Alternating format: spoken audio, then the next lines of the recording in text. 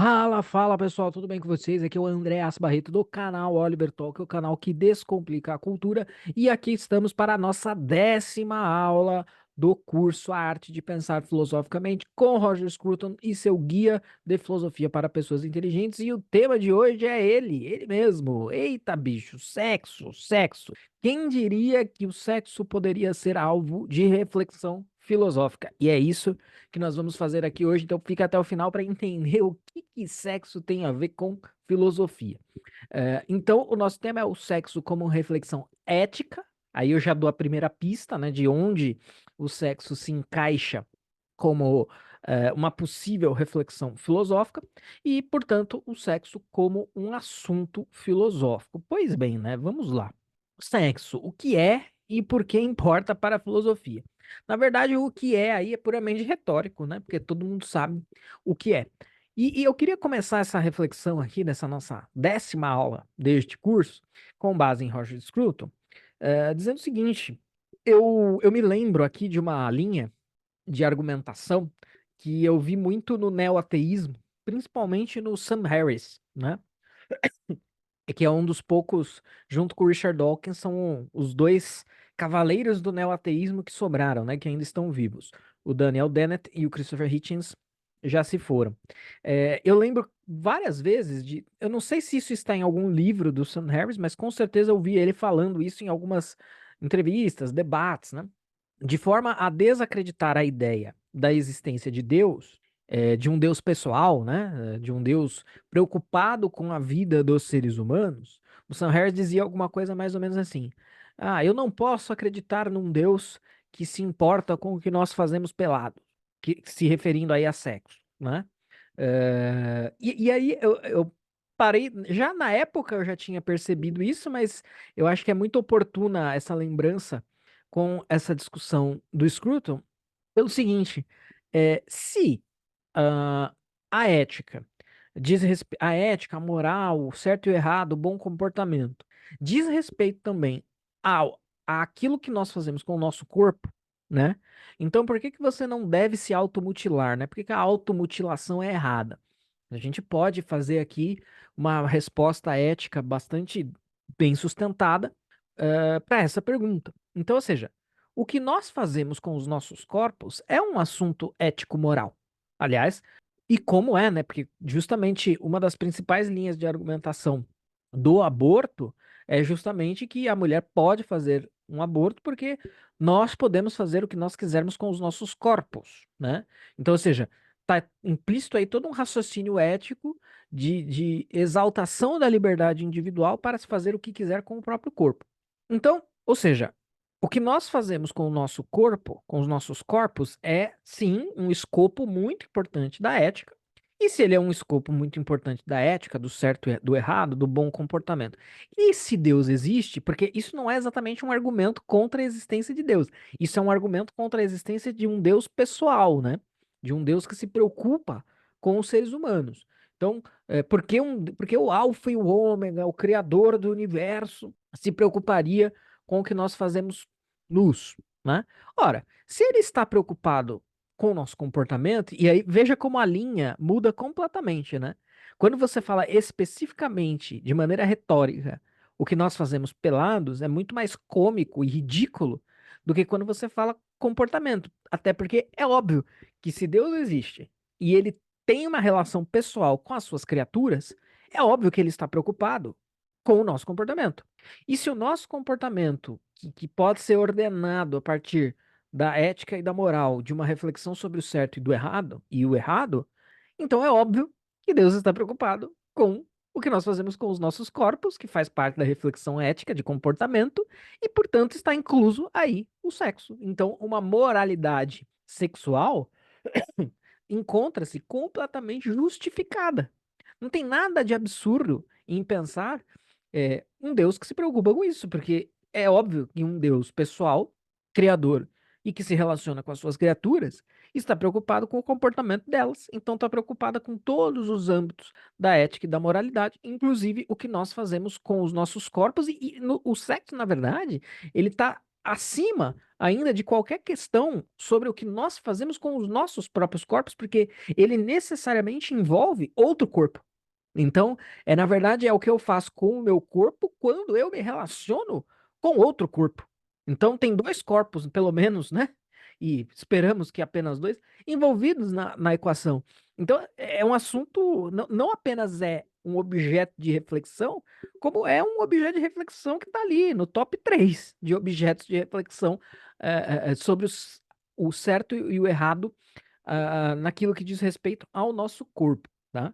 Uma outra coisa que eu queria pontuar claro que é óbvio que eu também admito que talvez a inclusão desse assunto num livro de filosofia seja um pouco surpreendente, né? Poxa, mas será que, por mais que o assunto seja relevante, será que num livro introdutório de filosofia, né, para ali para o leitor curioso, será que merecia um capítulo sobre sexo?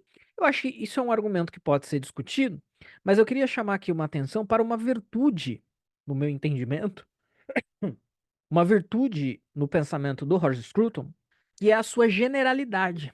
Eu gosto disso.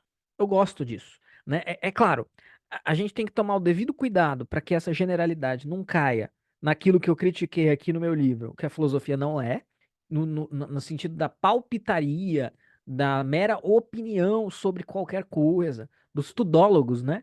Nosso amigo Rafux fez ótimos vídeos sobre os tudólogos, né? Então, assim, eu sou tudólogo, eu sou especialista em tudo. A gente tem que tomar cuidado para não cair nisso, mas quando a gente está falando de uma reflexão séria, na verdade, o mero fato dessa reflexão estar vindo por meio das mãos, né, da pena de um filósofo, né, e como eu já acabei de dizer, o assunto está dentro do âmbito de reflexão de um filósofo, na verdade a gente já tirou essa aura. Mas é bom esclarecer, né? É bom que isso fique claro, é bom que isso fique bastante claro.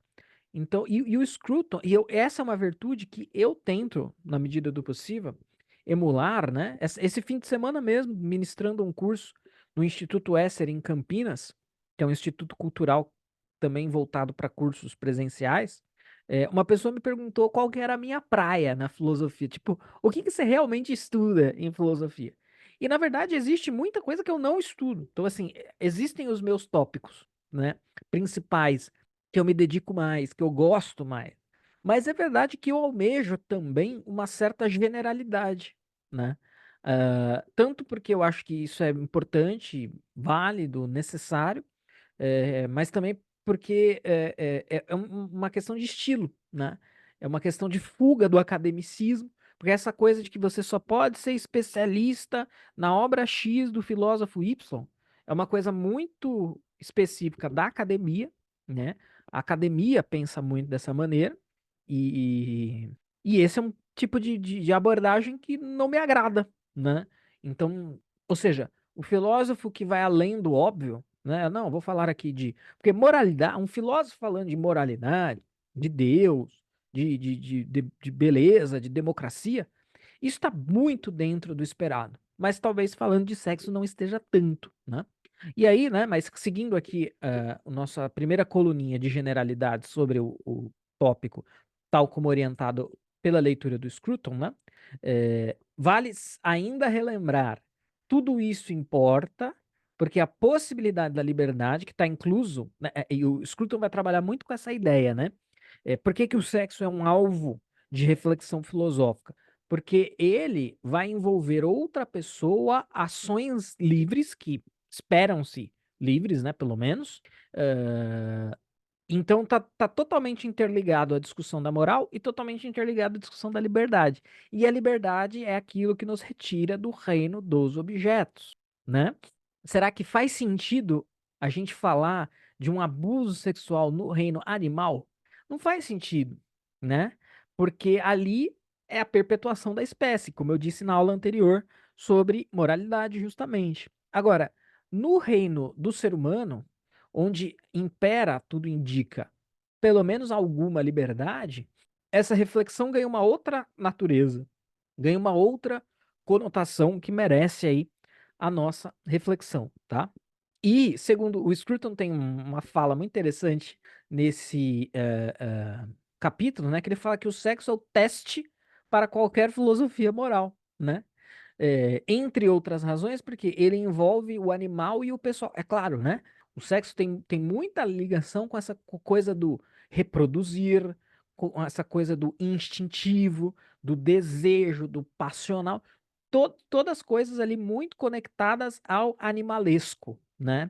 Então é uma coisa ali bem fronteiriça entre o animal e o pessoal. Pessoal no sentido de pessoa humana, né? De racional e etc.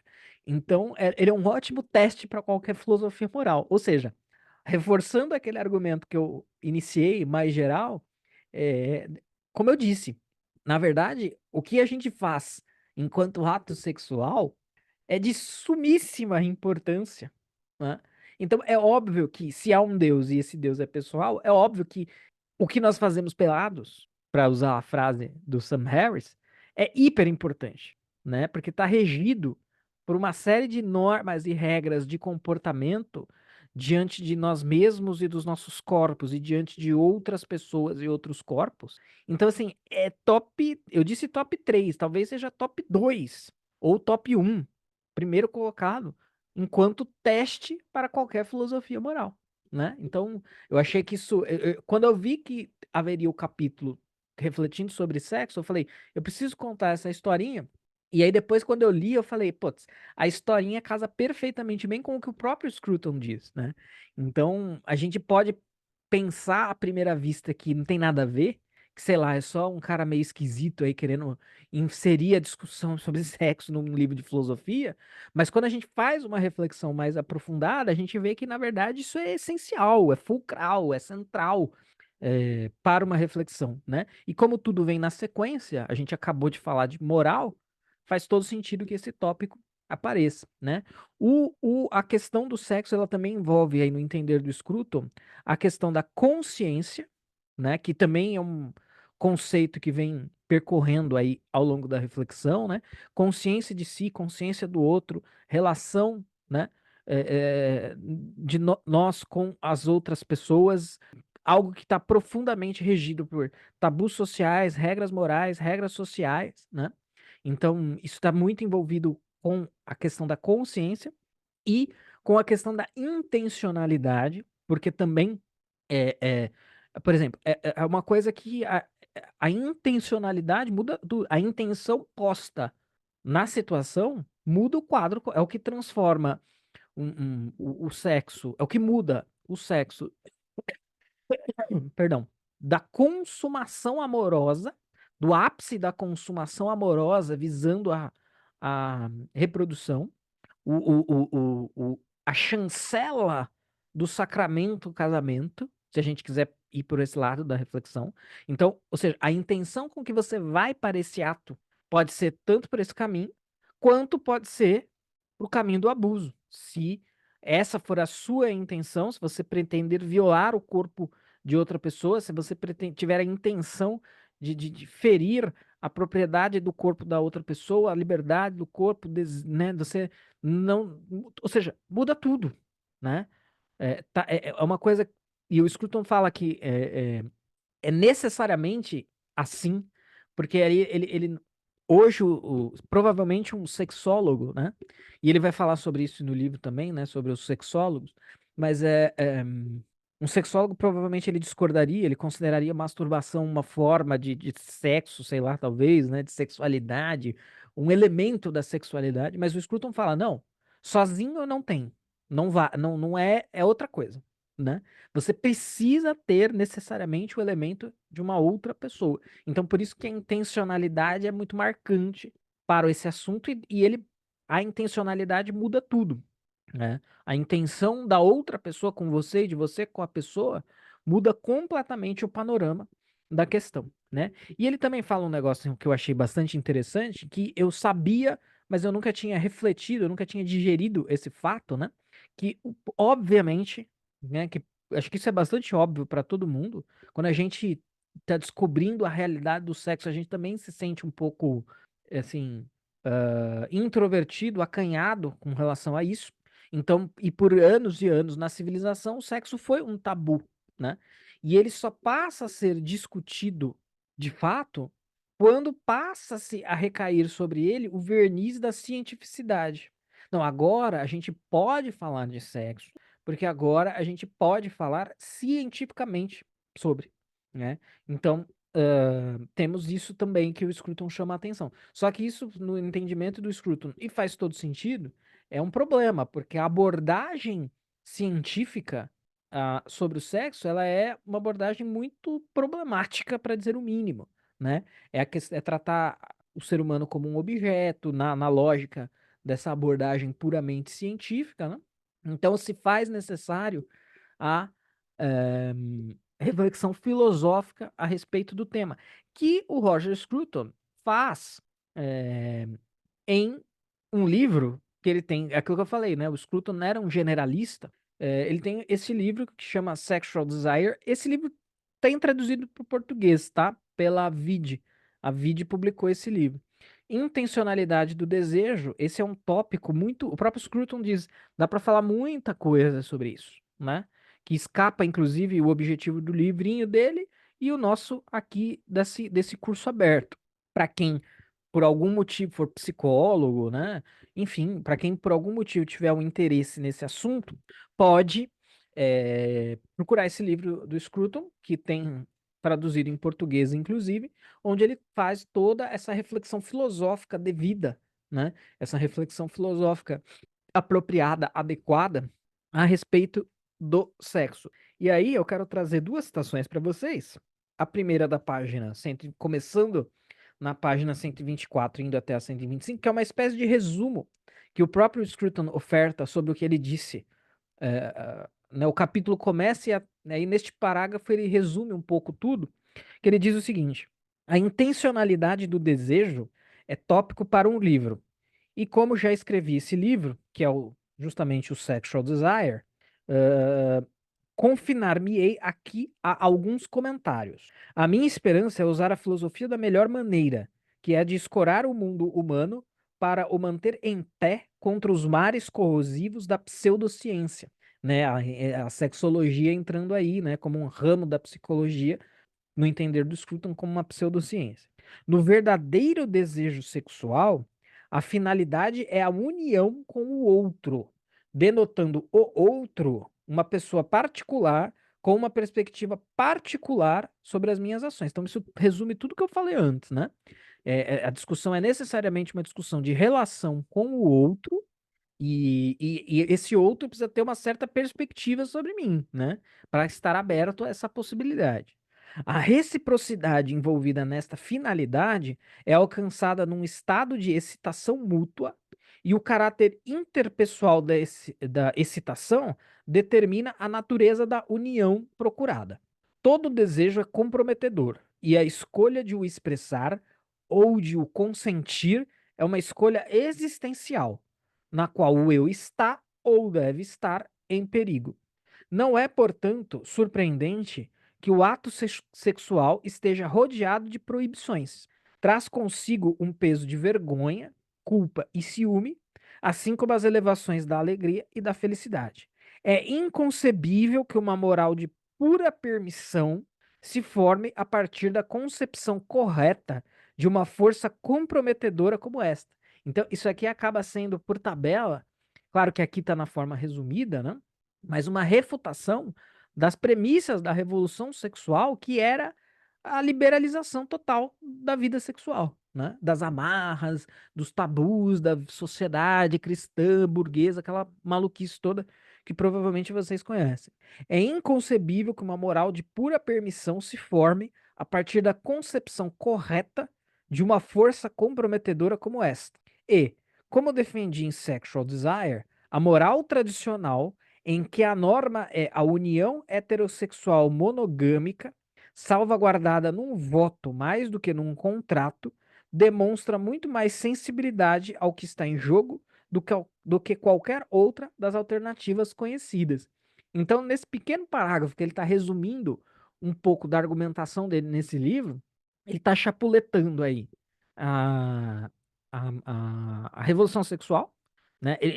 Primeiro, ele tá definindo, em parte, o desejo sexual, ele está chapuletando a revolução sexual, e ele está defendendo a concepção tradicional de casamento, né? Que obviamente está totalmente relacionada à questão da dinâmica sexual, né? Assim, deveria estar, pelo menos, né? Então, eu achei um trecho aí que basicamente resume o que o Scruton tem a nos dizer sobre esse assunto. Agora, eu quero trazer aqui a citação da página 126, que é onde ele fala justamente da questão da perversão moderna da sexualidade. Só como um lembrete, não é? Quem tiver interesse sobre esse assunto também pode procurar aqui no canal a série Os Revolucionários, né?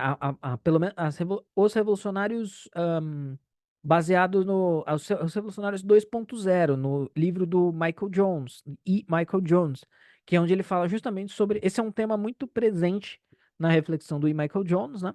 E vocês podem procurar a série aqui mesmo no canal, que vai ter ali uma série de reflexões importantes também sobre essa questão da perversão moderna da sexualidade. Aí o Scruton começa aqui, ele cita um sujeito chamado Posner, que é um desses sexólogos modernos, né? Ele diz assim: Posner prossegue considerando casos hipotéticos. Por exemplo, o caso em que o homem atribui um valor de 20 em sexo com uma mulher de atração média e um valor de 2 em sexo com um substituto masculino. Se adotar uma linguagem destas, tornou-se mulher e também homem em objeto sexual e sexo em mercadoria. Eu acho interessante isso daqui que o Scruton tá falando, porque parece muito essa discussão das redes sociais, né? Ah, fulano de tal é 6/10, fulano de tal é 8/10. É uma tentativa de quantificação do mercado sexual, que já virou um mercado e está quantificado, né? Isso tem a ver também com essa questão de uma visão totalmente científica do assunto, né? Se é tudo científico, pode ser sim quantificado, metrificado, né? Redesenhou-se o mundo humano como um mundo de coisas. Aboliu-se o sagrado, o proibido e o protegido, e apresentou-se o sexo como uma relação entre extraterrestres. O despender do espírito num desperdício de vergonha, nas famosas palavras de Shakespeare. A linguagem de Posner é opaca quanto ao que é querido no desejo sexual, reduz outra pessoa a um instrumento de prazer, um meio de obter algo que podia ser igualmente fornecido por outra pessoa. Isso é curioso, né? Porque essa visão científica desprendida, onde tudo é uma questão apenas de busca pelo prazer, realmente, né? Importa apenas que haja uma pessoa. Ou talvez nem isso, né? A questão das bonecas, né? De repente uma boneca cumpre o papel, né? O que é bizarro. É, reduz a outra pessoa a um instrumento de prazer, um meio de obter algo que podia ter sido igualmente fornecido por outra pessoa, por um animal, por uma boneca de borracha ou um pedaço de Kleenex, né? Que eu acho que é um tipo de pano. Então, é, é, coisa degringola na modernidade, no que diz respeito à reflexão sobre sexo, segundo Scruton, por causa disso, né? Por causa disso. É, é, a visão aí colocada, né? Ela só pode gerar consequências nefastas porque não é isso, né?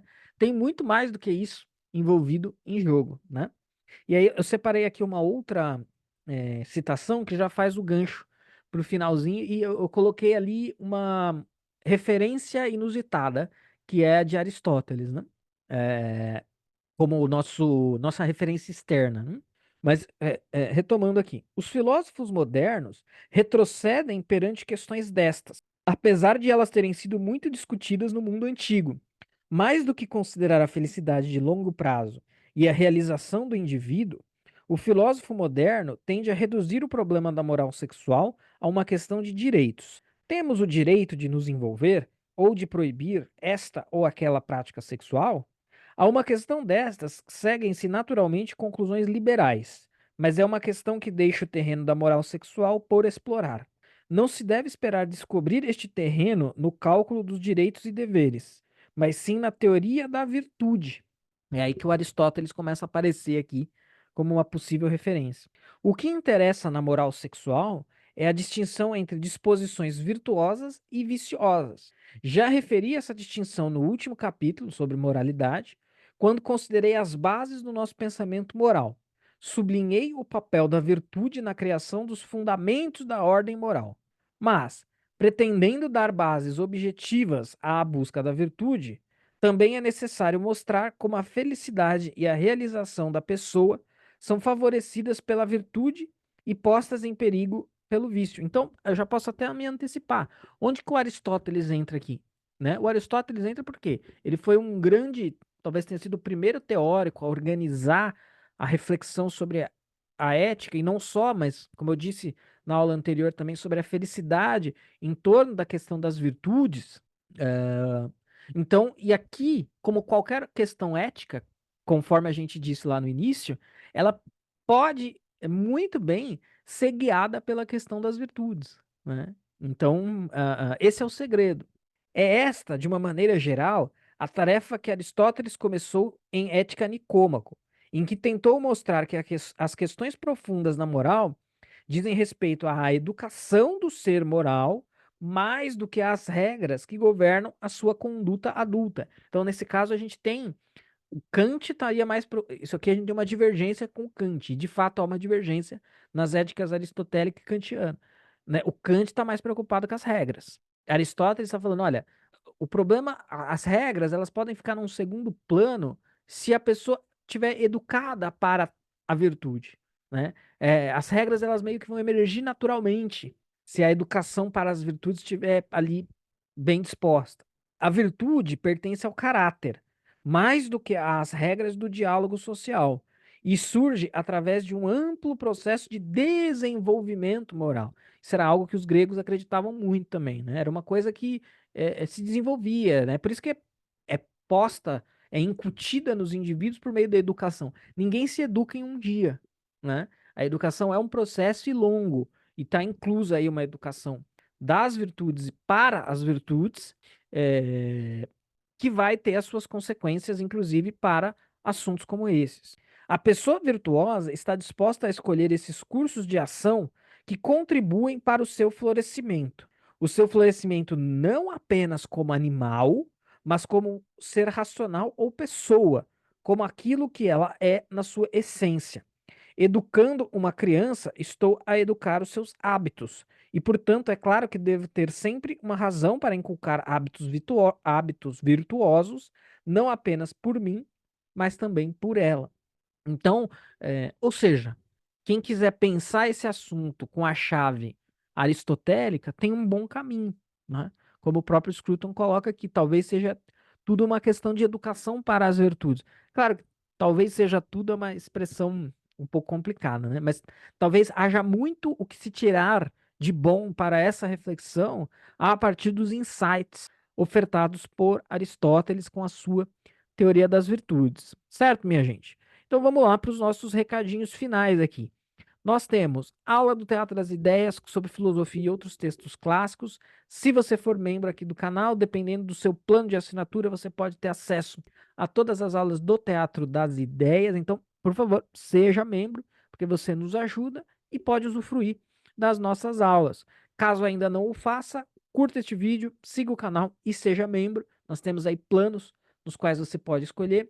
Volte a acompanhar as nossas redes sociais, a gente está voltando aí aos poucos, mudando algumas estratégias e a gente precisa do acompanhamento de vocês para que isso funcione. Então, seja membro, curta o vídeo e volte a acompanhar as nossas redes sociais e também o nosso site. Agora o nosso blog será ativo e a gente vai colocar artigos inéditos lá para que vocês possam acompanhar.